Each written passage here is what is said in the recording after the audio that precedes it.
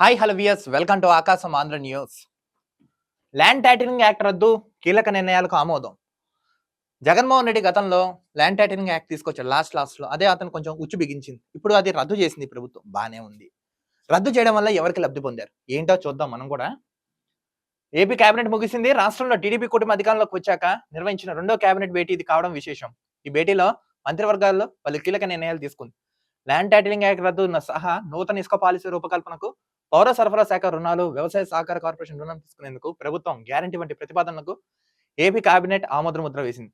ఆ తర్వాత జరిగిన రాజకీయ సమీక్షలో పలు విషయాలపై సీఎం చంద్రబాబు మంత్రులకు దిశానిర్దేశం చేశారంట. సరే, అసలు ల్యాండ్ టైటిలింగ్ యాక్ట్ అంటే ఏంటి క్లియర్ గా తెలుసుకుందాం. ఎగ్జాంపుల్, మీకు ఒక ల్యాండ్ ఉందండి. ఇది ల్యాండ్ అనుకోండి. గతంలో వీళ్ళు ఏం చేశారు, దీని ఒరిజినల్ డాక్యుమెంట్ గవర్నమెంట్ చేతిలో ఉంది, మనకి జిరాక్స్ ఇచ్చేవారు. ఇదే ల్యాండ్ జిరాక్స్.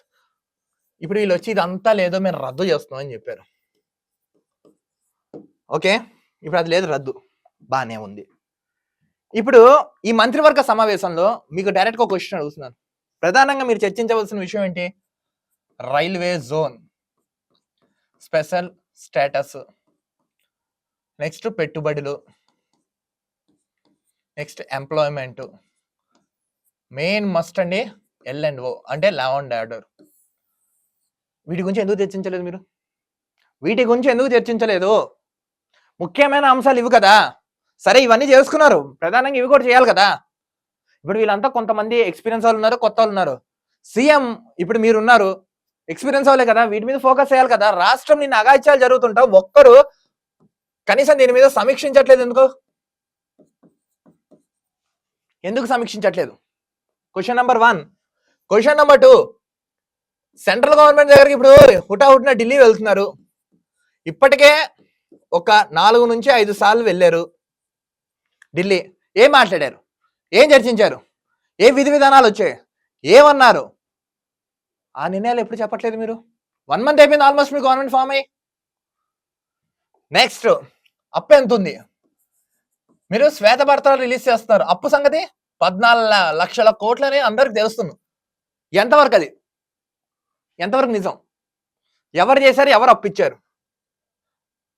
నెక్స్ట్, పెట్టుబడులు ఎన్ని వచ్చాయి ఇప్పటి వరకు ఏపీకి? ఎన్ని పెట్టుబడులు వచ్చాయి ఏపీకి? నెక్స్ట్, స్టేట్ సంఖ్య ఎంత అంటే పాపులేషన్, ఇప్పటి వరకు ఎంత పాపులేషన్ ఉన్నారు, ఎంతమంది తరలి వెళ్ళిపోయారు, ఎంతమంది అన్ఎంప్లాయిడ్ ఉన్నారు? ప్రధానంగా ఇవి కదండి చర్చించవలసింది. అవి వాటితో పాటు ఇవి కూడా చర్చించాలి కదా. కేవలం ఒక రివ్యూ మీటింగ్ చెప్పుకుని టైం వేస్ట్ చేసుకుంటూ 10 మంది మంత్రులు వచ్చి కూర్చుని మాట్లాడుకుంటా టైం వేస్ట్ చేస్తున్నారు అనిపిస్తుంది నాకు. ప్రధాన అంశాలు ఇవి ఉన్నాయి కదా మనకి. ఇవన్నీ ఒక గాడిలో పెడితే సెట్ అయిపోతుంది కదా.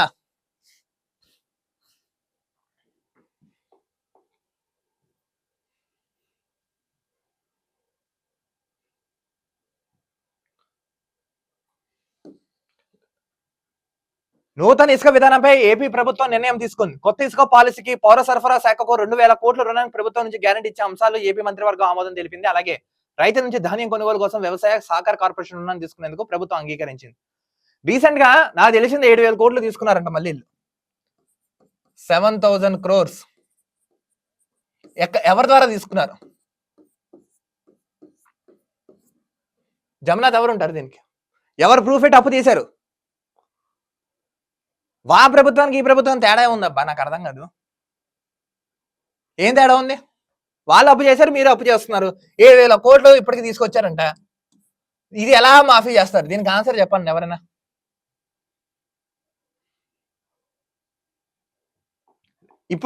ఇప్పటికైనా మీ ప్రభుత్వం నేను చెప్పేది ఒకటే, ప్రధానంగా ఆంధ్ర రాష్ట్రానికి ఎంప్లాయ్మెంట్ లేదు. ఎంప్లాయ్మెంట్ మీద ఫోకస్ చేయండి, పెట్టుబడులు పెట్టించండి, హెల్త్ అండ్ ఎడ్యుకేషన్ పెట్టండి. నెక్స్ట్, రోడ్డు మరమ్మతులు ఎక్కడికి వచ్చా సరిగ్గా చూడండి. కొన్ని చోట్ల గుంటలు పడి ఉన్నాయి. అసలు క్వాలిటీ ఆఫ్ వర్క్ ఎలా జరుగుతున్నాం, అసలు ఎవరెవరు అధికారులు ఉన్నారు, వీటి గురించి సమీక్షించండి. ఇంత భారీ మెజారిటీ మీకు ఇచ్చి గెలిపించినందుకు పని చేస్తారని, సమీక్షలు శ్వేతపత్రాలు విడుదల చేస్తారని కాదు.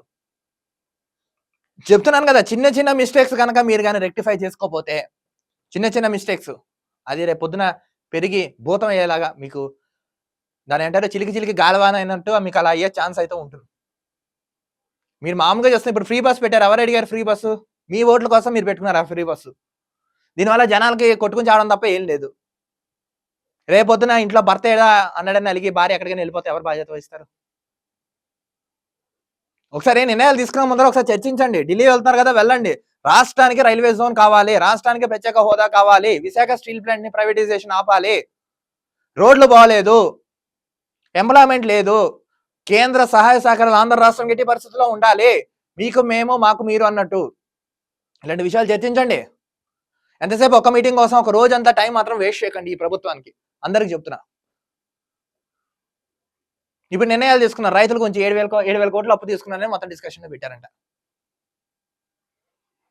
అప్పుల పైన ఆంధ్రప్రదేశ్ ఇంకా అప్పు అయితే చేయకండి. ఇది ఒక రిక్వెస్ట్ ఈ ప్రభుత్వానికి కూడా మేము చెప్పేది ఏంటంటే, దీనివల్ల ఎదరెదర చాలా ఇంపాక్ట్ పడే ఛాన్స్ అయితే ఉంది. ఒకసారి దీని గురించి ఒకసారి మళ్ళీ పునఃసమీక్షించండి ఏం జరిగిందో ఏంటో అనేది. మరో వీడియో కలుద్దాం. అంతవరకు చూస్తున్నాండి ఆకాశం Andhra news. This is Dilip signing off.